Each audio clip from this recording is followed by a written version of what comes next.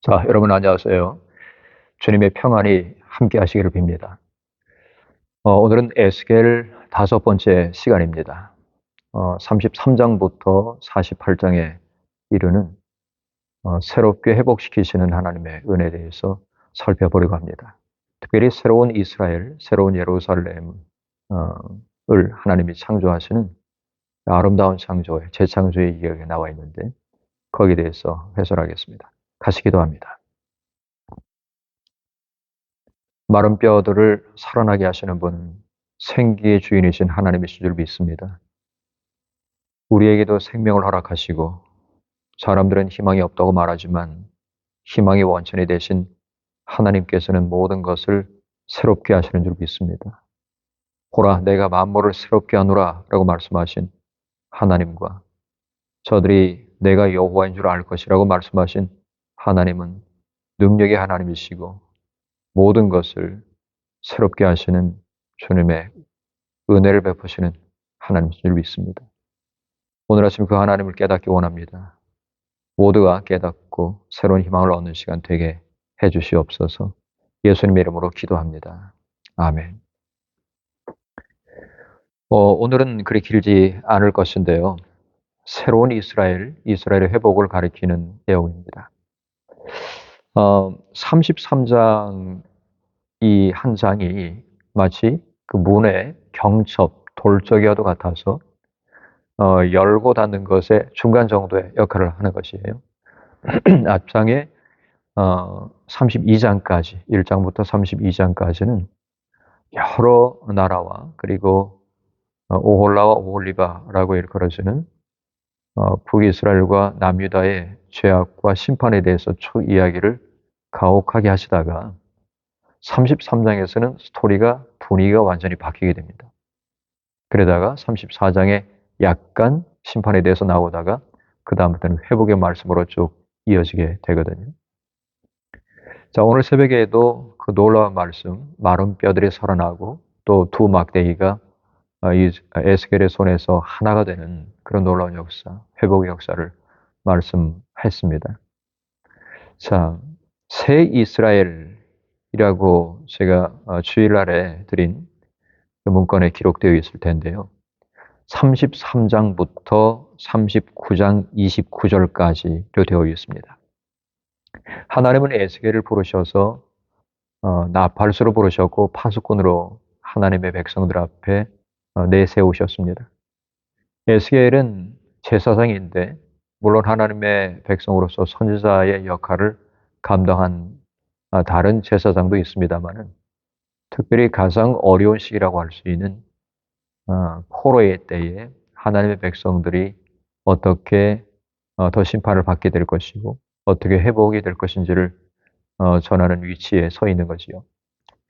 이 나팔을 불어서 백성들에게 깨우쳐 주라라고 하셨는데 이제 30살이 된 에스겔이 하나님 앞에 나팔수로서 경고의 나팔을 불 때 어떤 사람들은 들은 척하지 않았고 어떤 사람들은 그 말씀을 마음에 새겼을 것입니다.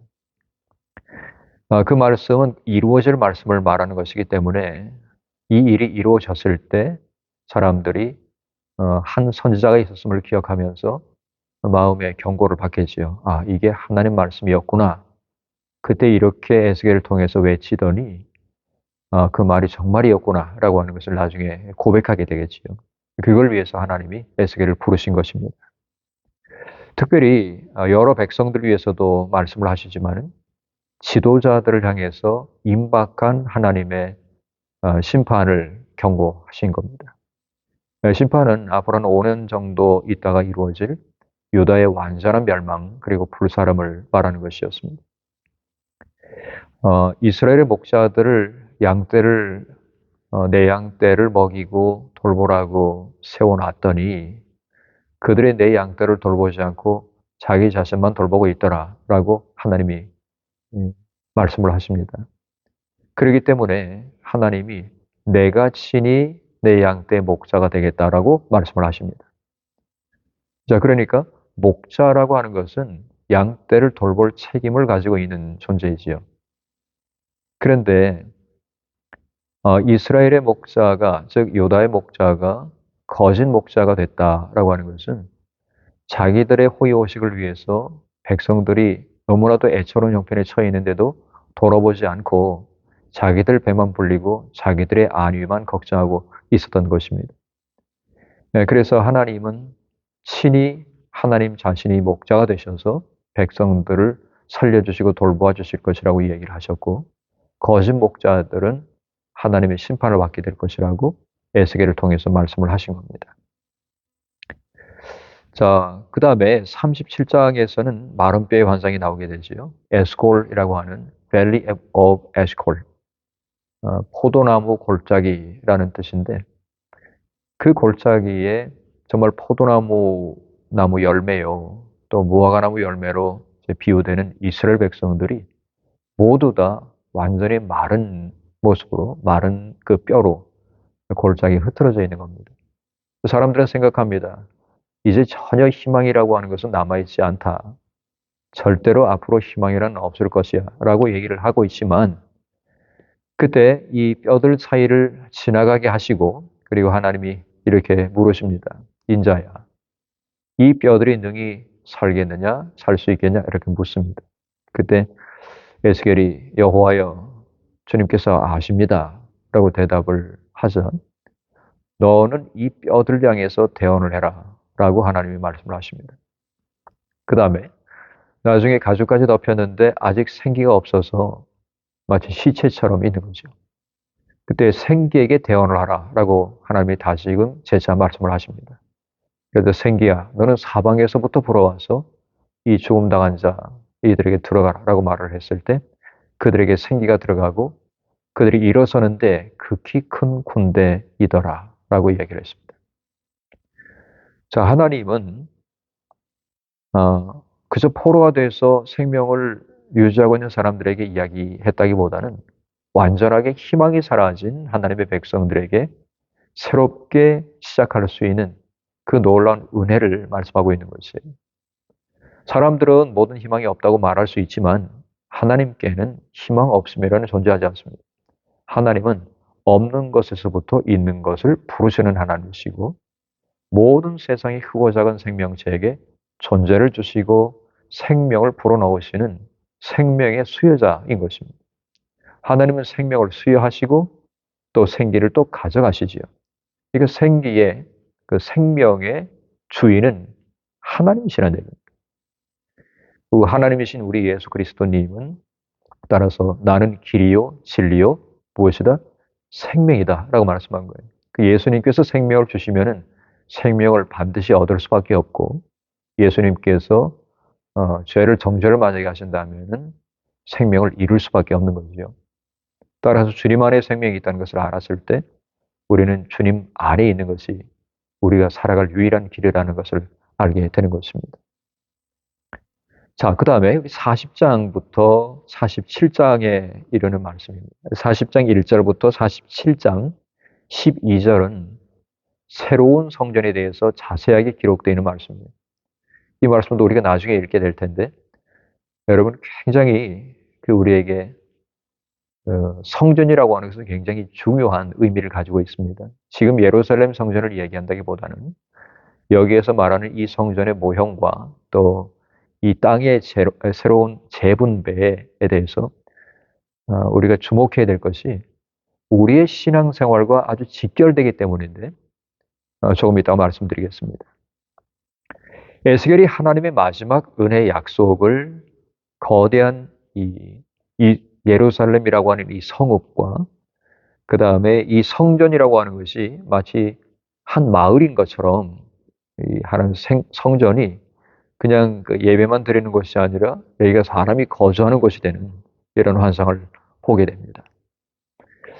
이 성전이 회복되는 것이 유월절 예배를 다시 드리고 안식일을 거룩하게 지키는 이런 정의로운 사회로 나가게 되는 거죠.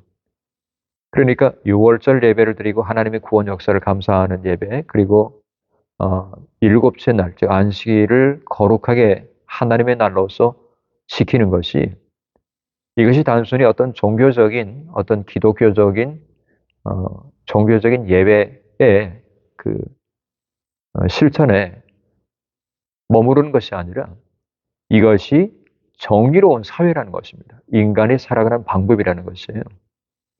그래 하나님을 알고 죄 용서받았음을 감사하는 것과 하나님이 시간의 주인이심을 알아서 매 일곱째 날에 하나님 앞에 공동체가 모여서 주님 앞에 예배를 드리고 우리가 하나님의 자녀가 되고 하나의 공동체가 되었음을 인식하고 주님을 인정하는 것.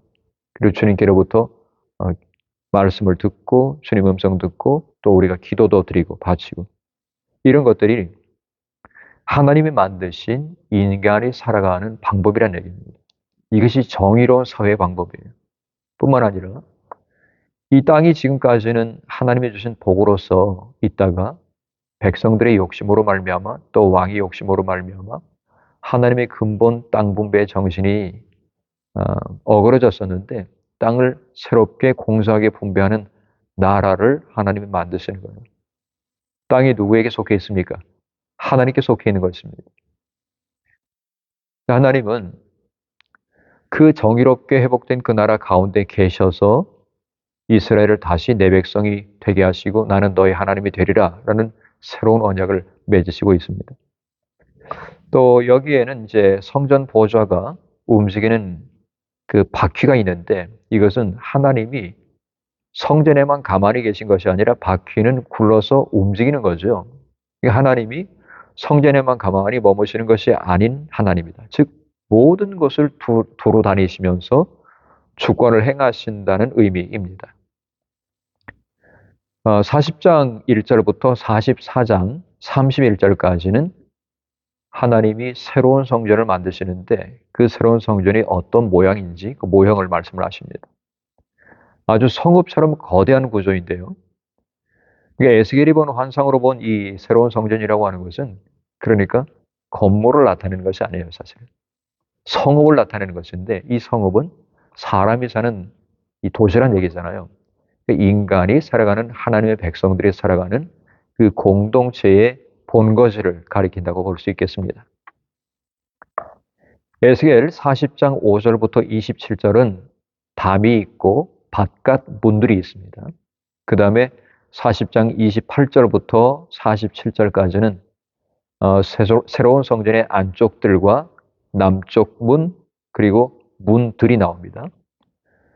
자, 그 다음에 40장 48절부터 41장 26절까지는 성전의 구조가 나오는데 전문이 나와요. 전문이 이제 porch라고 하는 것은 이제 현관을 말할 수가 있겠습니다. 현관이 48절, 49절.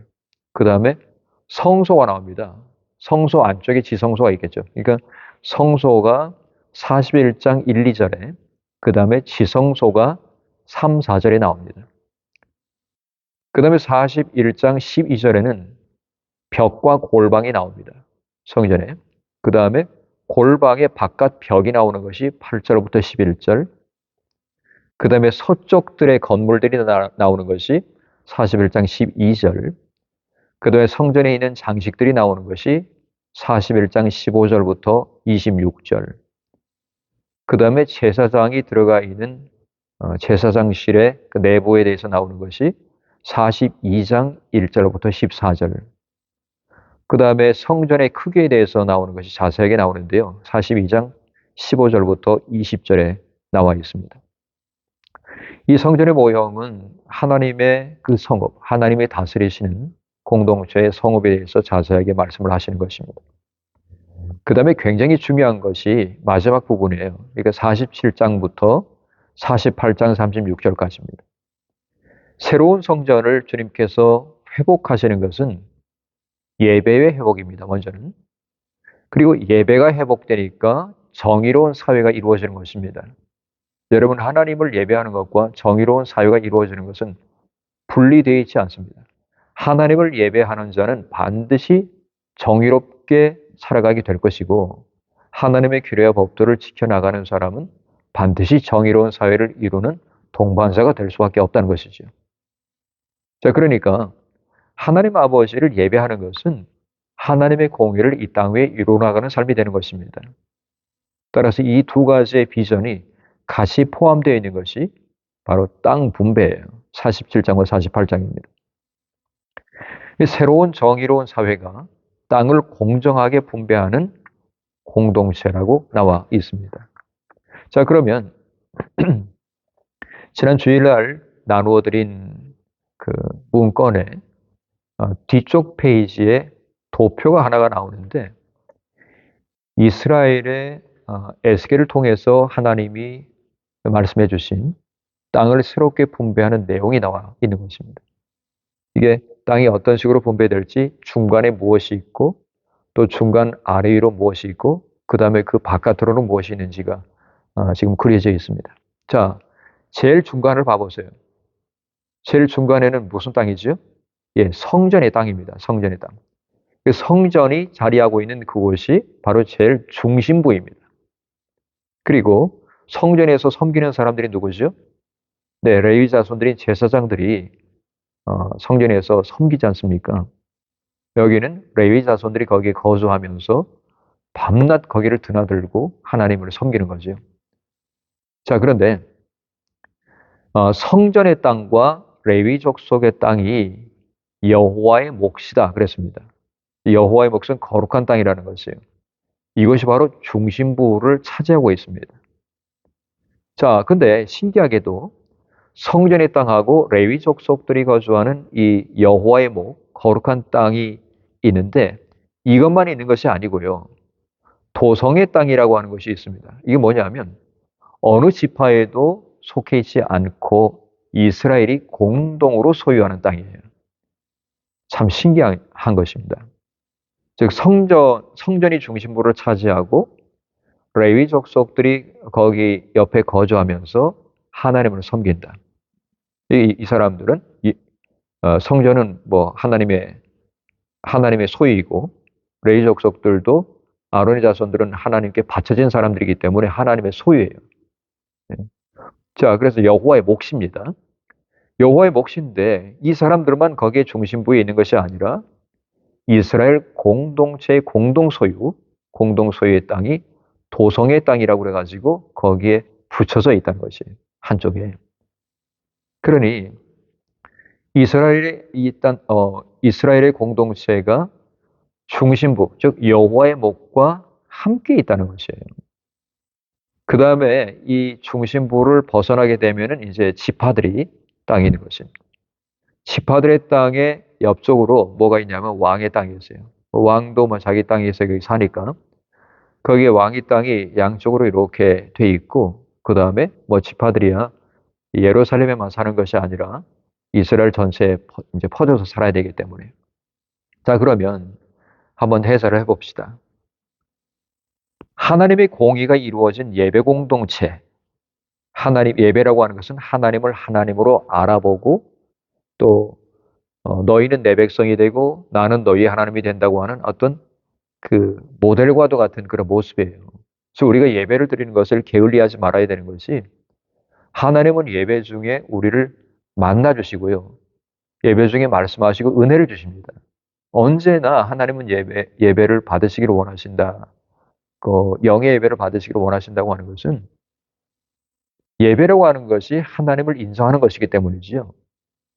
뿐만 아니라 나 혼자 있는 것이 아니라 내가 싫든 좋든 내가 싫어하는 사람이든 좋아하는 사람이든 상관없이 하나님의 백성이라는 거예요.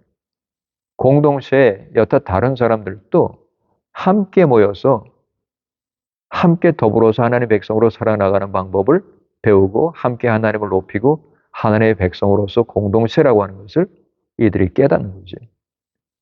자, 보세요. 내가 싫어하는 사람이라고 해서 하나님 백성이 아닙니까? 내가 좋아하는 사람은 하나님 백성입니까? 그건 아니잖아요. 내가 싫어하든 좋아하든 저 사람은 하나님 만드신 사람이에요. 그러니까 우리가 생각할 때 자꾸만 내 중심으로 생각하게 되면은 굉장히 옹졸해지고 진리에서 멀어질 수밖에 없습니다.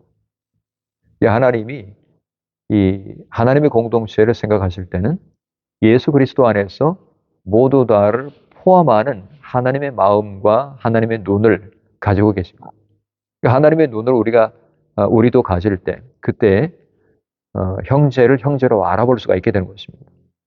다투지 않고 내 자신은 좀 낮추고 말이죠. 형제를 높여줄 때 그때 고르게 되는 거죠. 형제를 자꾸만 내려누르려 그러고 내 자신이 자꾸만 올라가려 그러면은 이게 밸런스가 안 맞는 거예요. 내 자신은 낮추고 형제는 높여주고 이렇게 했을 때 그때에 하나님의 공동체가 이루어지는 겁니다. 이런 연습을 계속해서 하나님은 하게 하시고 이걸 계속해서 알게 하시기 위해서 잊어먹기 쉬운 사람들 7일마다 모이라는 겁니다. 그래서 모여가지고 하나님의 백성으로서 함께 예배를 드리게 되는 거죠. 그런데 중요한 것은 이 예배 장소인 여호와의 목, 그 성전의 땅과 레위 족속의 이 땅, 이 중심부를 차지하는 이곳에 이스라엘 공동 소유의 땅이 함께 존재하고 어느 누구에게도 내 거라고 이제 고집할 수 없는 그것이 중간을 딱 차지하면서 바깥에서 보게 되면은 하나님을 예배하는 것이 중심에 있는 거예요. 그리고 백성들은 그 바깥에 사는 거죠. 이게 새로운 공동체는 여기서 중요한 사실인데요. 성전 중심적이에요. 예배 중심입니다. 여러분, 이 교회 중심으로 살아야 된다는 이유가 거기 있어요. 교회당 건물을 중심으로 살아야 얘기가 아니고요. 여러분의 삶이 우리가 속해 있는 우리가 지체가 되게 하신 그 교회가 있어요. 그러면 그 교회가 예배 공동체잖아요. 예배와 기도 공동체입니다. 그러면 이것을 중심으로 해가지고 여러분의 삶을 이어나가라는 거예요. 성전을 중심으로 해서 여호와의 영광이 퍼져나가게 되어 있기 때문에 여러분이 이 교회 공동체가 여러분의 삶의 중심이 되지 않으면은 다른 어떤 것이 여러분의 삶의 중심이 될 수밖에 없습니다. 여러분 자신의 어떤 계획이든 아니면 뭐 자식들 뭐 돌봐주고 건사하는 거 이게 정말로 내 삶의 모든 의미가 되는 것처럼 또 이걸 다 하고 뭐 완수하고 애들 시집장가 보내고 하면은 내가 이 땅에서 해야 될 일이 다 한 것처럼 그런 식으로 자꾸만 생각한다고요. 이게 그렇지가 않습니다. 자기 마음대로 뭐 시집장가 보내겠습니까? 여러분 하나님이 모든 것을 가능하게 해주셔야 이것이 가능하죠. 이게 인간의 삶에 있어서 하나님 중심이 될 때 그때야 내가 바른 위치에 서 있다고 말할 수가 있습니다. 자, 이제 말씀을 정리하겠습니다. 회복된 공동체, 또 회복된 인생이 되기 위해서는 하나님을 예배하는 하나님의 소유된 중심부의 삶, 여호와의 몫을 중심으로 넣는 성전 중심적인 삶이 되어야 되고 나의 모든 삶이 그리고 나의 모든 그 계획들이 그 바깥에서 하나님의 은혜를 따라서 지어져야 된다. 성전이 중심이고 그 다음에 내 삶이 거기에 맞춰져서 이루어져야 된다. 이것만 기억하시면 되겠어요. 자, 에스겔을 여러분 끝까지 잘 읽어주시고 다음에는 아모스로 넘어가겠습니다. 우리 같이 기도하겠습니다.